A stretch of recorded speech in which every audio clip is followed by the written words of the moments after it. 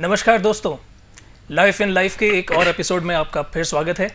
मैं हेमंत और आज हम बात करेंगे आध्यात्मिकता के बारे में और आज का हमारा विषय रहेगा श्री कृष्ण और गीता के संदर्भ में। तो आज का हमारा जो चर्चा का विषय है वो है कृष्ण आज के संदर्भ में, और हमारे साथ इस विषय पर बात करने के लिए हैं डॉक्टर उमेंद्र रत्नू साहब। बहुत बहुत धन्यवाद और आपका स्वागत है सर इस एपिसोड में। धन्यवाद। एक सबसे पहला सवाल जो मेरे दिमाग में था वो ये था कि आप बाय प्रोफेशन एक ENT सर्जन हैं जी। और मेडिकल प्रोफेशन में होते हुए और इतना बिजी होते हुए आपका आध्यात्मिकता की ओर ये रुझान कैसे गया, कहाँ से ये सब शुरू हुआ? मैं उसका प्रश्न पूछता हूँ आपसे कि कोई व्यक्ति आध्यात्मिक कैसे नहीं हो सकता। जी। व्यक्ति की सहज गति है अपने अंदर छिपे हुए मौलिक प्रश्नों का उत्तर ढूंढना। हाँ। और एक चिकित्सक होने के नाते मेरे पेशे ने मुझे वो अवसर और भी प्रगाढ़ता से दिया, क्योंकि मैं मृत्यु और पीड़ा का रोज साक्षात्कार करता हूँ। और जब उसके उन प्रश्नों के उत्तर मुझे नहीं मिलते अपने विज्ञान में, अपने प्रोफेशन में, तो मैं आध्यात्मिकता की तरफ मुड़ा और मुझे वहाँ पर उत्तर मिले। और कृष्ण के व्यक्तित्व में जो महारहस्य है, उनके पूरे जीवन में, उनकी पूरी लीला में, उनकी संदेश में, वो सर्वांगीण चरित्र ने मुझे आकर्षित किया और मैं उसका प्रसाद भी मुझे मिला। मैं विनम्रता से बात कह सकता हूँ। बिल्कुल ठीक। और आप कितने समय से ये प्रैक्टिस कर रहे हैं आप? कोई प्रैक्टिस नहीं है हेमंत जी। जीवन रोजमर्रा अपनी बच्ची के साथ गेंद फेंकते हुए, अपनी पत्नी के साथ प्रेम निभाते हुए, अपने माँ बाप की सेवा करते हुए, कोई आपको अलग से आयोजन करना हो समय का, ऐसा नहीं है। अपने मरीजों के साथ बात करते हुए एक मरीज को शिक्षा दे जाता है। कभी कोई भी रास्ते पे चलता व्यक्ति कोई इंसाइट आपको दे जाता है, बशर्ते आप उसके प्रति संवेदनशील हों, आप सेंसिटिव हैं, आप खुले हैं, आपका चित्त ग्राहक है, तो आपको जीवन ही शिक्षा दे देता है। उसके लिए बहुत बैठ के कोई पाठ करने की जरूरत नहीं है। तो कृष्ण जो है वो हमारे जीवन में है, वो रोजमर्रा की जिंदगी में है। यस। कृष्ण को अगर हम जरा सा भी खोलेंगे अपने आप को, क्योंकि बंधन हमारे अंदर है। कृष्ण तो कृष्ण है, वो तो जो है हमारे सामने है, हम उनको पूरा नहीं समझ पा रहे हैं। और हमारी जो पूर्वाग्रह हैं, हमारे जो मिसकंसेप्शंस हैं, हमारे जो प्रेजुडिसेस हैं, वो ही हमारी आंख का पर्दा बने हुए हैं। अगर हम जरा सा उनको हटा के देखेंगे तो एक भव्य प्रकाश हमें मिलेगा जो हमें बहुत आगे ले जाएगा, जो एक सच्चा जीवन दर्शन है। या सर मुझे ये बताएं कि क्यों ज़रूरी है किसी के लिए कृष्ण के बारे में पढ़ना? एक आम आदमी की अगर मैं बात करूं, why should we read about Krishna? That's a very good question. Krishna को क्यों पढ़ा जाए, क्यों उन्हें समझा जाए? एक अकेला व्यक्ति है जो इस जगत की आध्यात्मिकता के अंदर आपको नाचता हुआ दिखाई देता है। Okay, he is a dancing God. He is not long faced. वो कोई गुरु गंभीर व्यक्ति कोने में जाकर बैठा हुआ नहीं है, आपको कोई उपदेश दे रहा हो कि ऐसे जीवन जियो, आप ऐसे करो, इस तरह से प्रेम करो, इस तरह से बच्चे पैदा करो, इस तरह से उनकी शिक्षा करो। वो व्यक्ति आपके बीच में विराजमान है जी जी, और हंस रहा है। आप कृष्ण के कभी भी कोई चित्र को देखेंगे, एक मिस्टिकल मुस्कान, एक रहस्यमय मुस्कान उनके चेहरे पर आपको दिखाई देगी। तो वो व्यक्ति उपस्थित है आपके जीवन में, वो कोई दूर बैठा हुआ परमात्मा नहीं है जी। और अगर उसको 3 भागों में मैं बांटूं कि कृष्ण को हमें क्यों पढ़ना चाहिए, तो पहला है, कृष्ण आपको अकर्म से कर्म की ओर ले जाते हैं जी। दुर्भाग्य जो इस देश का सबसे बड़ा जो रहा है पिछले 2000 सालों में, खासतौर से पिछले 1000 सालों में, हमने अकर्म को ही अपनी साधना बना लिया है। कि हम बस भगवान का नाम लेंगे और वो कुछ कर देगा, कोई चमत्कार हो जाएगा। जबकि कृष्ण पूरा जीवन उनका इस बात का प्रमाण है कि व्यक्ति को अपने घर से बाहर निकल के अपने ऑफिस में, अपने दफ्तर में, अपने रण क्षेत्र में, जहां भी उसका कर्म क्षेत्र है, वहां उसे कर्म करना पड़ेगा। और निष्काम कर्म का जो प्रतिपादन कृष्ण ने अपने जीवन में किया है, वो मानवता को उनकी सबसे बड़ी और सबसे सहज देन है। दूसरा, सिगमंड फ्रॉयड ने इंसान की पूरी सोच को बदला। जैसे Karl Marx, Sigmund Freud, Albert Einstein या चार्ल्स डार्विन, ये 4 महान लोग हुए जिन्होंने इंसान की पूरी सोच को बदला। फ्रॉयड ने दमन का विरोध किया कि हम जो आज विकृत मानसिकता है, मनुष्यता जो आज विकृति की तरफ जा रही है, वो इसलिए जा रही है क्योंकि उसका सप्रेशन हो रहा है, हम सप्रेशन कर देते हैं। कृष्ण ही एक ऐसे व्यक्ति हैं जो सप्रेशन का पूरे जीवन भर विरोध करते हैं। विरोध किया। वो जिनसे प्रेम करना है प्रेम करते हैं, जहां लड़ाई करनी लड़ाई करते हैं, अगर शिशुपाल का वध करना है वध करते हैं, हिंसा करवानी है हिंसा करते हैं, झूठ बोलना है झूठ बोलते हैं। और ये वो सभी कर्म है। सभी कर्म है, इसमें कहीं कोई विरोधाभास नहीं है उनकी तरफ से, क्योंकि उनका जो मोटिव है, उनकी जो दृष्टि है वो एक विराट महालक्ष्य पर है। वो स्वार्थ से प्रेरित व्यक्ति नहीं है, वो परमार्थ से प्रेरित व्यक्ति है। और वो उस प्रोसेस में हमें समझा जाता है कि दमन करने से कुछ भी हल नहीं होने वाला है। तीसरा जो संदर्भ है वो मैं थोड़ा काव्यात्मक दृष्टि से कह रहा हूं कि इस बेस्वाह जीवन में कृष्ण जैसे व्यक्तियों के कारण थोड़ा सा नमक है। ओके। क्योंकि वो आदमी अनप्रिडिक्टेबल है। आप ये नहीं कह सकते कि इस अमुक परिस्थिति में कृष्ण क्या करेंगे। जी बिल्कुल। आप कृष्ण को प्रिडिक्ट नहीं कर सकते हैं। अगर बहुत मॉरलिस्टिक माइंड से सोचा जाए तो जो कृष्ण ने स्त्रियों का अपहरण कर डाला है जी, अब ये किसी मॉरलिस्टिक आदमी को समझ में नहीं आएगा कि कोई भगवान है, कोई दिव्य, कोई भला आदमी भी भगवान तो छोड़े कैसे कर सकता है किसी स्त्री का अपहरण करना। लेकिन अगर हम थोड़ा गहरा उतरेंगे तो किसी भी स्त्री का अपहरण करना दरअसल उस स्त्री का सम्मान है कि वो इतनी आकर्षक है कि उस व्यक्ति के लिए, उस स्त्री के लिए कई पुरुष लड़ मरेंगे और उसमें जो सबसे बलशाली होगा वो उस स्त्री का हरण भी कर लेगा। एक तरह से सम्मान है अगर हम उसको थोड़ा सा काव्यात्मक दृष्टि से देखें और पॉजिटिव वे में पॉजिटिव। तो कृष्ण जो अपनी अनप्रिडिक्टेबिलिटी की वजह से भी हमें आकर्षक लगते हैं, कम से कम मुझे तो आकर्षक लगते हैं, because there is a mystery around this man. जी बिल्कुल ठीक। और आज के युग में अगर हम बात करें कि 21वीं सदी में क्या औचित्य है कि हम गीता को या कृष्ण भगवान के उपदेशों को आज के संदर्भ में अगर लेते हैं तो क्या इंपॉर्टेंट? हेमंत, जीवन आमतौर पे जिन लोगों से आप मिलेंगे अपने आसपास के जीवन में सहज जी, उनके लिए जीवन दुख का महासागर है जी। कोई पूर्ण रूपेण प्रसन्न चित्त प्रफुल्लित आदमी आपको नहीं मिलेगा जी, जी, लेकिन इस दुख के महासागर में एक द्वीप है कृष्ण का, हाँ, जो सतत मुस्कुरा रहा है। वो मर रहे हैं लोग तो भी मुस्कुरा रहा है। वो उनकी स्वयं की मृत्यु का श्राप जब गांधारी उन्हें देती है जी, तो भी वो हंसते हैं कि हाँ तू सही कहती है कि मेरे कुल का नाश होना चाहिए, ये इतने अहंकारी हैं यादव कि इनका नाश होना चाहिए जी। तो ये एक ऐसा व्यक्ति है जो जीवन को समझ चुका है। यू नो, इनसे अंग्रेजी में कहते हैं he has figured it out, you know, he has got all the answers। तो कृष्ण इसलिए प्रासंगिक हैं क्योंकि कृष्ण के बाद जितने सद्गुरु हुए हैं उन्होंने जीवन की एक एक धारा को पकड़ा है। जैसे बुद्ध को समझ लें आप, तो बुद्ध ने उपेक्षा को पकड़ लिया, जीसस को पकड़े, जीसस ने लव को पकड़ा, नानक की बात करें, कबीर की बात करें, ज्ञान मार्गी थे, भक्ति मार्गी थे, सब अपने अपने बहुत सुंदर सुंदर पुष्प हैं। लेकिन कमल अगर जैसे सहस्त्रार बुद्धि का कहें तो वो कृष्ण में ही खिलता है, क्योंकि वो क्षुद्र से विराट की यात्रा है। वो जो एक छोटी छोटी पगडंडियों से न लग करके और एक राजपथ का निर्माण करते हैं। राजपथ पर ही ज्यादातर लोग चलेंगे। जब समाज उस दिशा में चलेगा तभी समाज की प्रगति होगी।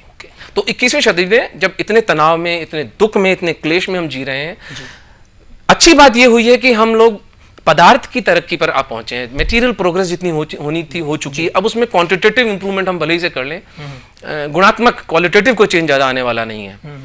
लेकिन आध्यात्मिक प्रगति, जो चित्त की, जो हमारे चैतन्य की जो प्रगति है, वो कृष्ण के शरण जाने से ही होगी। जी डॉक्टर साहब, मैं ये समझना चाहता हूँ कि क्या आज के युग में मानवता कृष्ण भगवान को क्या अपने जीवन में सहज तरीके से समझ पाई है?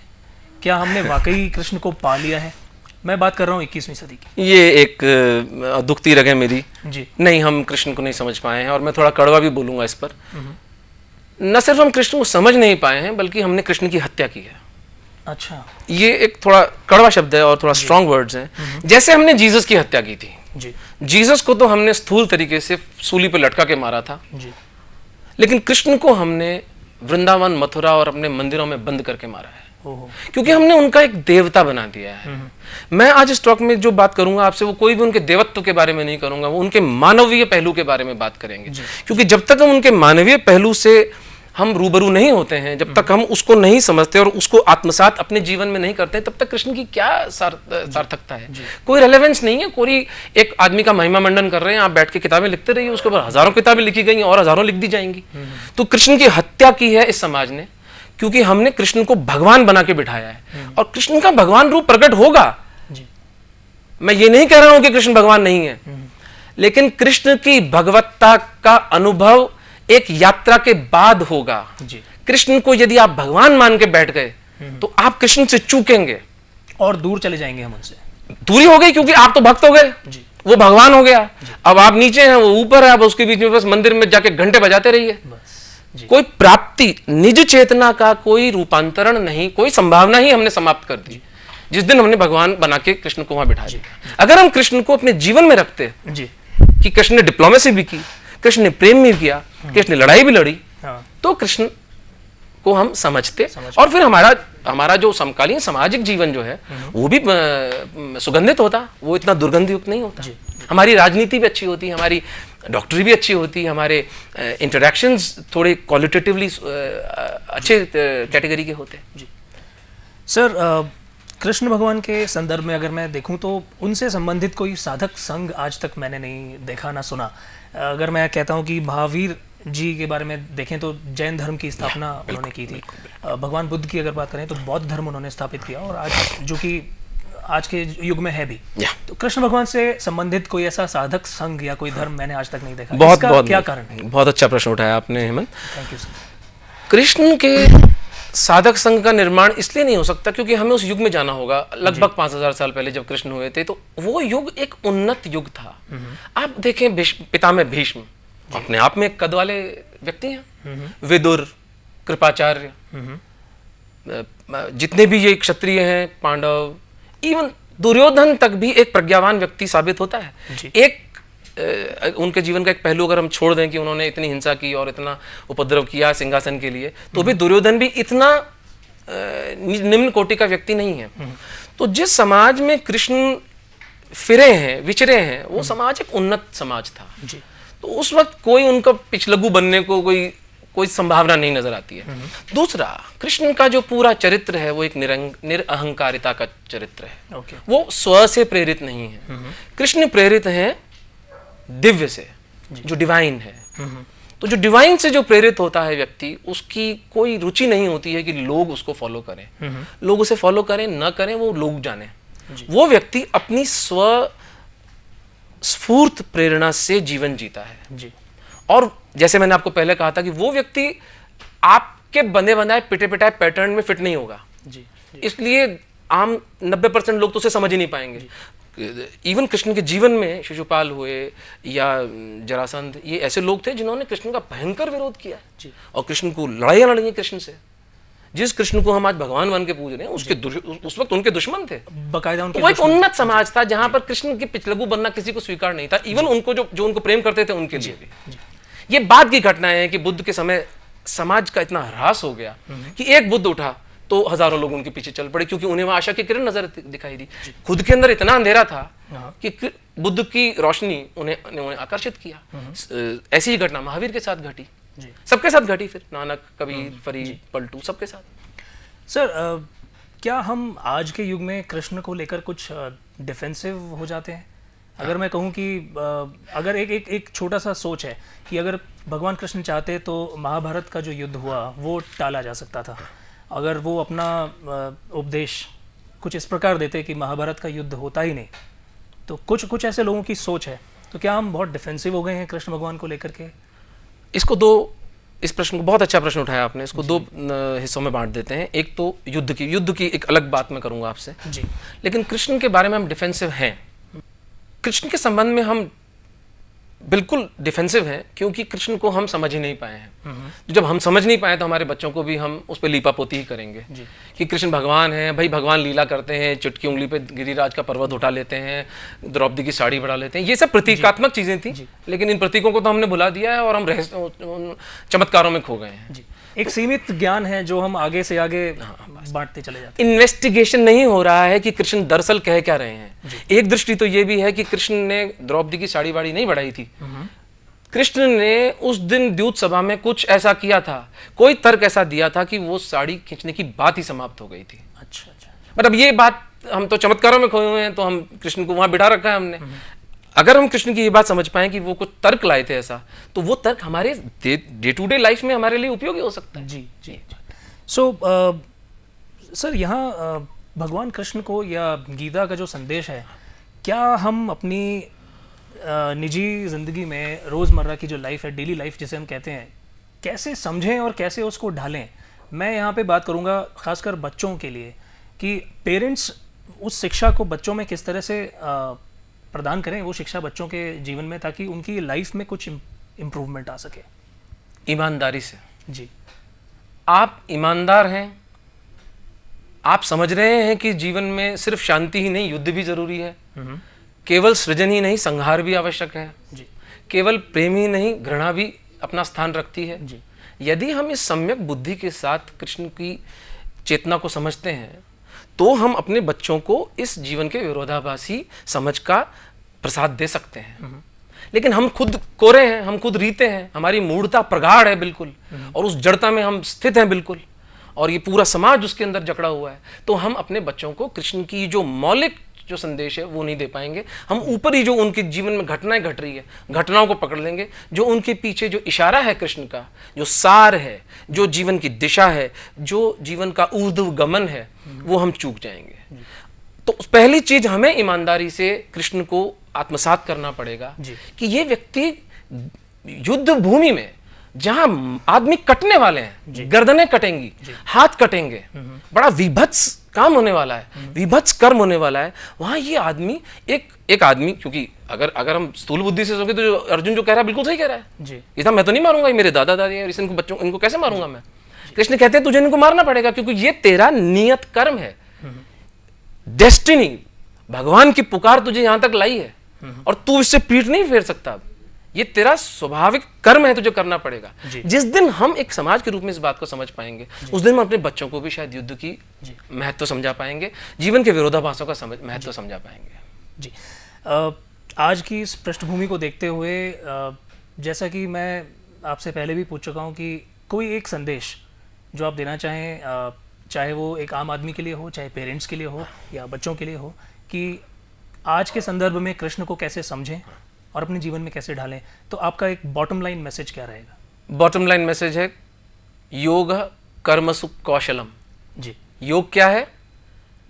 सम्यक तरीके से किया गया कर्म जी ही योग है। उसी में भक्ति भी समाई हुई है, उसी में ज्ञान भी समाया हुआ है, उसी में मोक्ष और निर्वाण भी समाया हुआ है।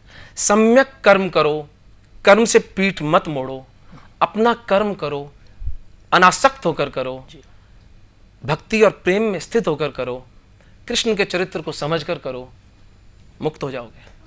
बहुत बहुत धन्यवाद डॉक्टर साहब, आपने आज इतनी अच्छी बातें हमें बताई।